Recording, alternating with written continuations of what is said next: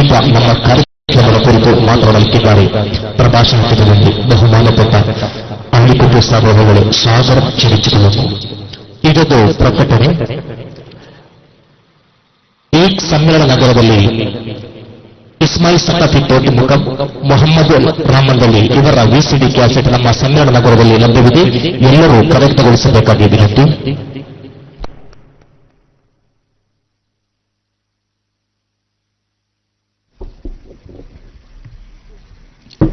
السلام عليكم ورحمة الله وبركاته. الحمد لله رب العالمين والصلاة والسلام على أشرف المرسلين وعلى آله وأصحابه أجمعين. أعوذ بالله من الشيطان الرجيم. بسم الله الرحمن الرحيم. اهدنا الصراط المستقيم. صدق الله العلي العظيم.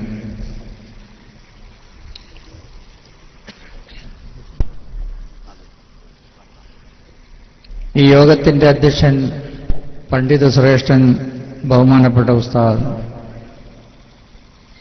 താക്ക ഉസ്താദ് അവറുകൾ, സമസ്ത കേരള ജമിയത്തുൽ ഉലമയുടെ കേന്ദ്ര മുശാവറ മെമ്പർ, നമ്മുടെ സീനിയർ ലീഡർ പണ്ഡിത ശ്രേഷ്ഠൻ ബഹുമാനപ്പെട്ട അബ്ദുൽ ജബ്ബാർ ഹദറത്ത് അവറുകൾ, ബഹുമാനപ്പെട്ട ഉജ്ജ്വല വാഗ്മി ബഹുമാനപ്പെട്ട ഹസൻ സഖാഫി, ബഹുമാനപ്പെട്ട നമ്മുടെ യുവ പണ്ഡിതൻ സയ്യിദ് സാദിഖ് തങ്ങളവറുകൾ, ബഹുമാനപ്പെട്ട ജലീൽ സഖാഫി അവറുകൾ, ബഹുമാനപ്പെട്ട ബാക്കവി ഉസ്താദ്, എനിക്ക് പേരറിയുന്നവരും അറിയാത്തവരുമായ, ഞാൻ വ്യക്തമായി അറിയുന്നവരുമല്ലാത്തവർ, സുന്നത്ത് ജമാഅത്തിന്റെ ഈ പരിപാടിയിൽ പങ്കെടുത്തുകൊണ്ടിരിക്കുന്ന നേതാക്കൾ, മഹല്ല് ഭാരവാഹികൾ, പ്രസ്ഥാന ബന്ധുക്കൾ, ഈ ഒത്തുചേരൽ ഒരു സാലിഹായ അമലായി അല്ലാഹു കബൂൽ ചെയ്യുമാറാവട്ടെ. സുദീർഘമായ ഒരു പ്രസംഗത്തിന് സമയം കുറവാണ്. നിരന്തരമായി കുറേ ദിവസത്തെ പ്രവർത്തനം കൊണ്ട് ഞാൻ ക്ഷീണിതനുമാണ്.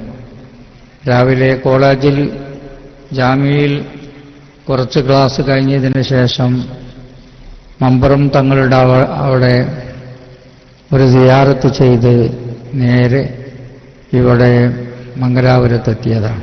നമ്മുടെ യാത്രയും ഒത്തുചേരലും ഒക്കെ അള്ളാഹു ഇഷ്ടപ്പെട്ട മാർഗത്തിലാക്കി തിരുമാറാവട്ടെ. ഞാൻ നിങ്ങളെ ഓതിക്കേൾപ്പിച്ച ആയത്ത് നാം എല്ലാവരും നിസ്കാരത്തിൽ ഓതിക്കൊണ്ടിരിക്കുന്ന സൂറത്തുൽ ഫാത്തിഹയിൽ നിന്നുള്ള ഒരായത്താണ്. നേരായ മാർഗത്തിലേക്ക് ചേർത്തി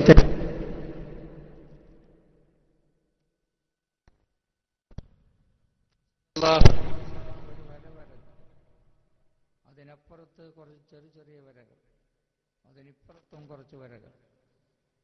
എന്നിട്ട് റസൂലുള്ളാഹി പറഞ്ഞു, അന്ന ഹാദാ സിറാത്തീ മുസ്തഖീമ, ഇത് എന്റെ നേരായ വഴിയാണ്.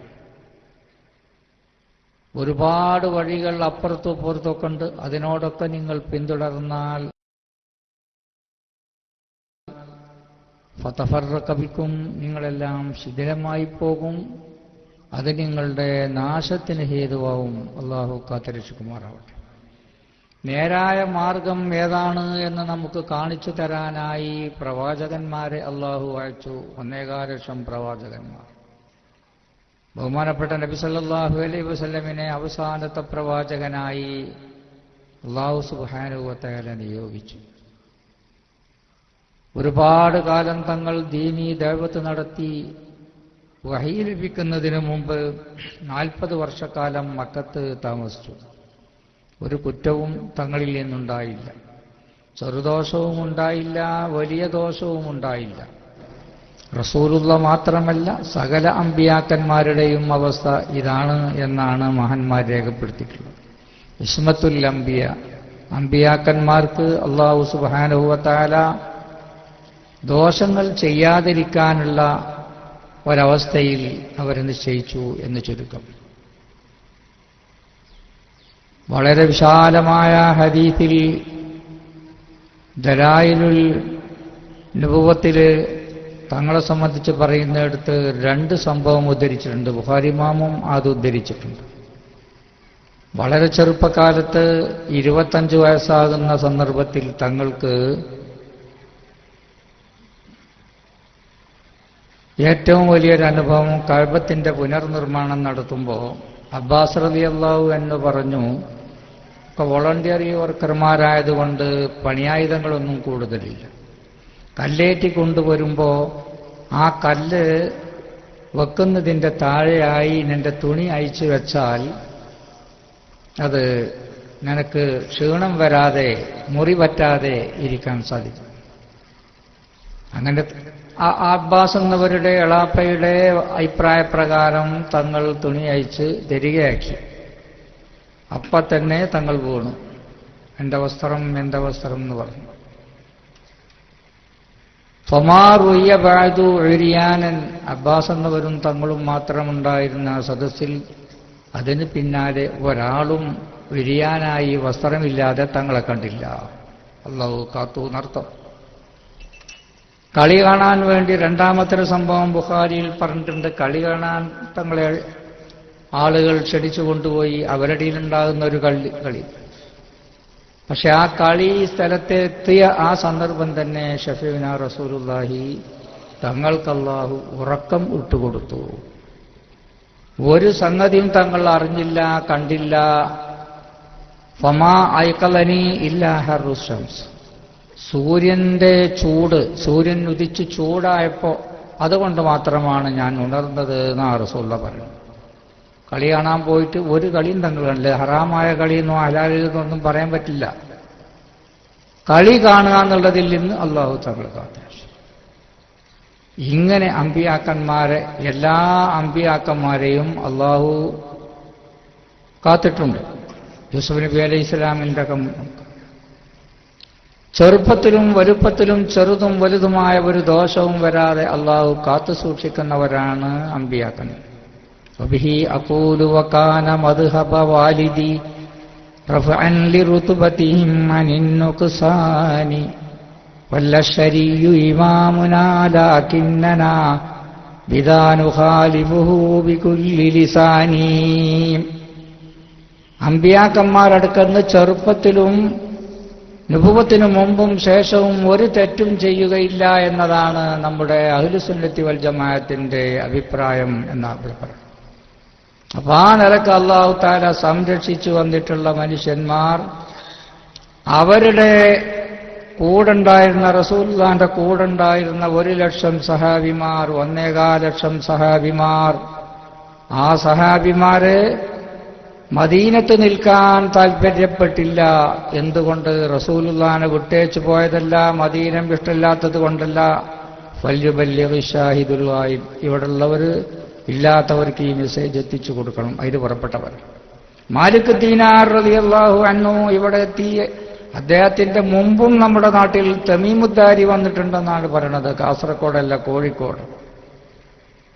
അദ്ദേഹം സഹാബീന്ന് മാത്രമല്ല, ബദറിൽ പങ്കെടുത്ത ഒരാളും കൂടിയാണ്. കോഴിക്കോട് അദ്ദേഹത്തിന്റെ മക്കൾ, കടപ്പുറത്ത് കൊയിലാണ്ടി.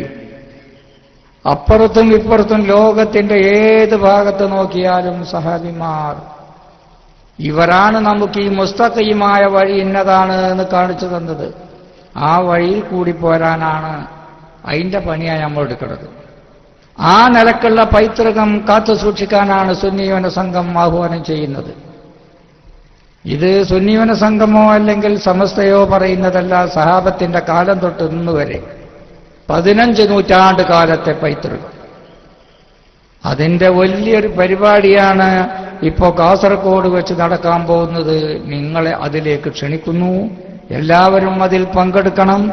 ഈ സമ്മേളനത്തോടുകൂടി കേരളത്തിന്റെ അങ്ങേ തല മുതൽ ഇങ്ങേ തല വരെ ഒരു ജാഥ നടത്തിയ ജാഥ അതിന്റെ പുറത്ത് തിരിച്ചും മറിച്ചും തിരിച്ചും കാസർഗോഡ് എത്രയോ ജാഥകൾ നടത്തി. ജനങ്ങൾക്ക് എന്താണ് ഈ മാർഗം എന്ന് ശരിക്കാണ് മനസ്സിലായി.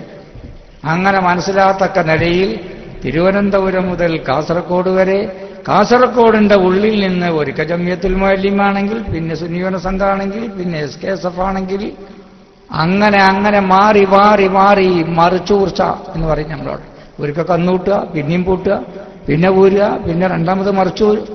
ഇങ്ങനെയൊക്കെ പാടാകുമ്പോഴത്തുണ്ട് നിലം ഭൂമി നനനനിയാനാവുന്ന മലപ്പുറം ഭാഷ എന്നതുപോലെ മനുഷ്യന്റെ കാൽവ് മുഴുവനും എന്താണ് ഈ കാണുന്ന നമ്മുടെ പാരമ്പര്യം എന്താണ്, നമ്മുടെ പൈതൃകം എന്താണെന്ന് സകല ആൾക്കും തിരിഞ്ഞു.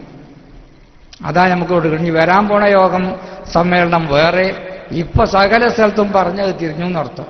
അതാണ് റസൂലുള്ള പറഞ്ഞ നേരായ മാർഗം ഇതാണ്. ഫത്തബിഹു, അയിമ പിടിച്ചോളി.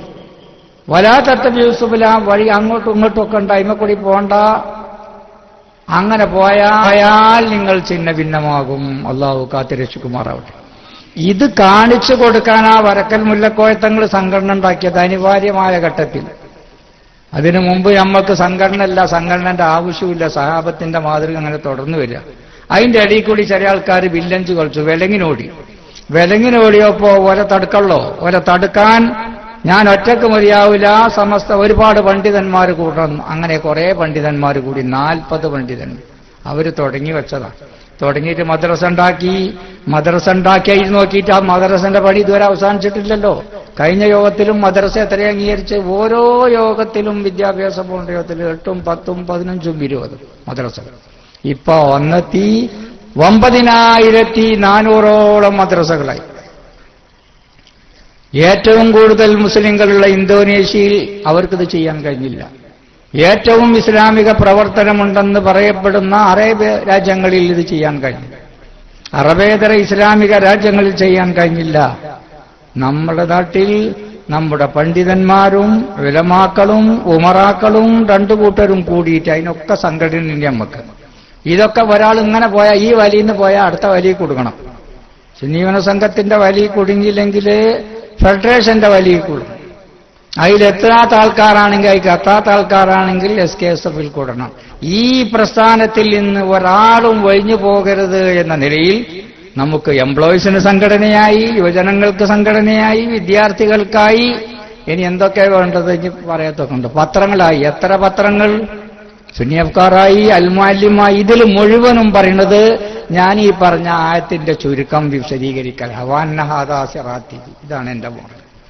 അത് നേരായ വഴിയാണ്, ആ വഴിയിൽ കൂടി തന്നെ നിങ്ങൾ പോയിക്കൊള്ളണം എന്നതാണ്. അത് പഠിപ്പിച്ചു കേരളത്തിലെ മക്കളെ മുഴുവനും. ഇനി നമുക്ക് അടുത്ത് വേറെ സ്ഥലത്തേക്ക് നോക്കണം. ഇത് കഴിഞ്ഞതിന് ശേഷം ഇതിന്റെ ഒരു പ്രഖ്യാപനം, ഒരു മഹാസമുദ്രം വന്നു ചേരുന്നു. അവരൊക്കെ പാടെ കൂടി ദുആ ചെയ്താൽ 40 ആളുണ്ടെങ്കിൽ ഒരു വലിയ, അപ്പോ 10 ലക്ഷം ഉണ്ടെങ്കിലോ 15 ലക്ഷം ഉണ്ടെങ്കിലോ എത്ര ആലിമീങ്ങളുണ്ടാവും, എത്ര ഔലിയാക്കന്മാരുണ്ടാവും ദുആക്ക് ഇജാബത്തുള്ള. ആ ദുആയിൽ നിങ്ങൾ പങ്കെടുക്കണം.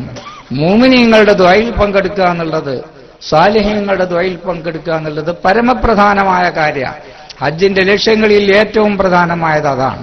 ഏറ്റവും പ്രധാനമായ അമൽ വെള്ളിയാഴ്ച ദിവസം നടത്തി വരാറുള്ള ദുആയിൽ ഖുതുബന്റെ അവസാനം അല്ലാഹുമ്മ ഗ്ഫിർ ലിൽ മുഅ്മിനീന വൽ മുഅ്മിനാത്ത് വൽ മുസ്ലിമീന വൽ മുസ്ലിമാത്ത് അൽഹയാഇ മിൻഹും വൽ അംവാത്ത്. ഇതാണ് ദുആ, മുഅ്മിനീങ്ങൾക്ക് വേണ്ടിയുള്ള ദുആ. ആ ദുആ അല്ലെങ്കിൽ ഖുതുബല്ലെങ്കിൽ നിസ്കാരമല്ല, ജുമുഅല്ല.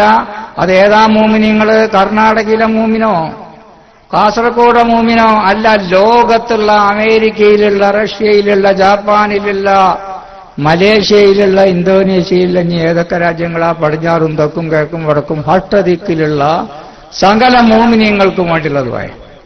ആ ദുആ വളരെ പ്രധാനമാണ്. ഇബാദത്തുകളിൽ ഹജ്ജിലാണെങ്കിലും ആ ദുആ ഉണ്ട്, ജുമാക്കും ആ ദുആ ഉണ്ട്. അതുപോലത്തെ ഒരു ദുആ നമുക്ക് നടത്താനുണ്ട്. എല്ലാത്തിലും ദുആ ഉണ്ട്. ഈ ദുആയിൽ നടക്കും. അല്ലാഹു സുബ്ഹാനഹു വ തആല നമ്മുടെ പ്രവർത്തനങ്ങളിൽ ഖൈർ നൽകുമാറാവട്ടെ, വിജയം നൽകുമാറാവട്ടെ. ആഫത്തുകളെ തൊട്ടും അപകടങ്ങളെ തൊട്ടും അപകട മരണങ്ങളെ തൊട്ടും അല്ലാഹു കാത്തിരക്ഷിക്കുമാറാവട്ടെ. നിങ്ങൾ നമ്മുടെ സമ്മേളനത്തെ വിജയിപ്പിക്കണം, അതിൽ പങ്കെടുക്കണം, അതിന്റെ ദുആയിൽ കൂടണം, അതിന്റെ വിജയത്തിന് പ്രവർത്തിക്കണം, അതിനോട് പ്രാർത്ഥിക്കണം. അല്ലാഹു സാധിപ്പിച്ചു തരുമാറാവട്ടെ. ബിറഹ്മതിക യാ അർഹമർ റഹീമീൻ. അസ്സലാമു അലൈക്കും വറഹ്മത്തുള്ളാഹി വബറകാതുഹു. ತನ್ನ ದಿಟ್ಟ ಹೆಜ್ಜೆಯನ್ನು ಹಾಕುತ್ತಾ